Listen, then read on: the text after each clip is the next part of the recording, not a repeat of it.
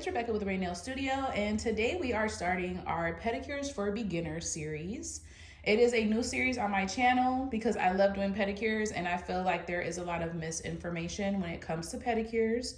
So part one for today will just be on all of the implements that I use and the tools that I use to achieve progressing results.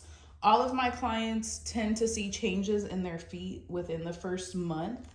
So stay tuned for the series. Make sure that you subscribe and make sure you have your notifications on. Our second part will be about all of the solutions that I use. And our third part will be a full pedicure in real time. So stay tuned for all of that. If you would like to make a donation, I will leave my Cash App handle in the description box. And I would really appreciate you guys to continue to support my channel.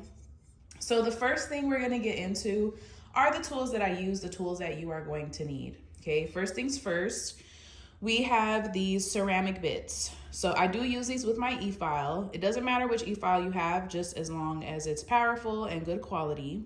I have a coarse bit and then I have a fine bit. And this is just to help thin out any thick toenail that any client might have. I rarely have to use the coarse bit, so my fine one is my go-to. But these are really helpful when a client has thick toenails or if they have anything on top of their toenails that can be filed away. Of course, to go with the filing of the nails, you need a separate dust collector for pedicures, okay? It doesn't matter if you're doing a dry pedicure, a waterless pedicure, you always need to have one available. I do highly recommend getting a full filter system, like a HEPA system. But for anyone that's in the same boat as me, where it's just not affordable right now, just get you something like this to alleviate the dust flying around your room. Next, we have this brush. This is like silicone, I believe. This particular brush I got from the Meticulous Manicurist kit a few years ago, but it is stainless steel.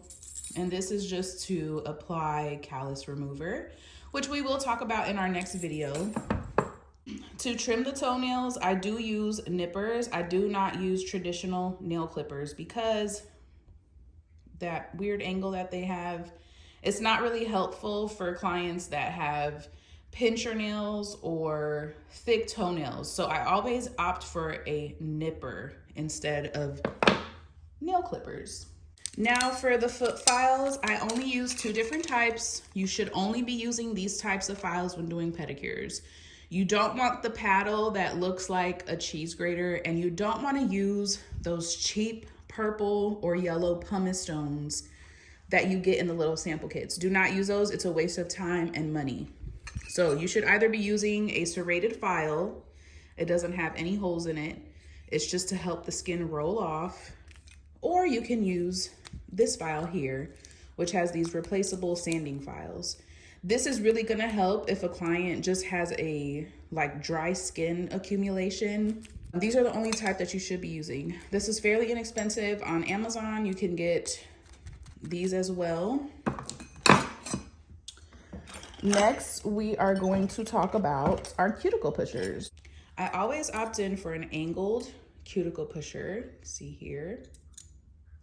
My only tip for this particular instrument is to make sure that it is skinny, okay? Because you can see this thick one here. It's really bulky and it does not help me get into the nooks and crannies that I need to get into. When I am pushing back the dead cuticle, the dead skin, the buildup, the skinny ones are the best ones to use. Next, we have our curette, which is a spoon-like type of instrument. It'll have these little scoops at the ends of them. These are the ones that I have. My go-to is this one.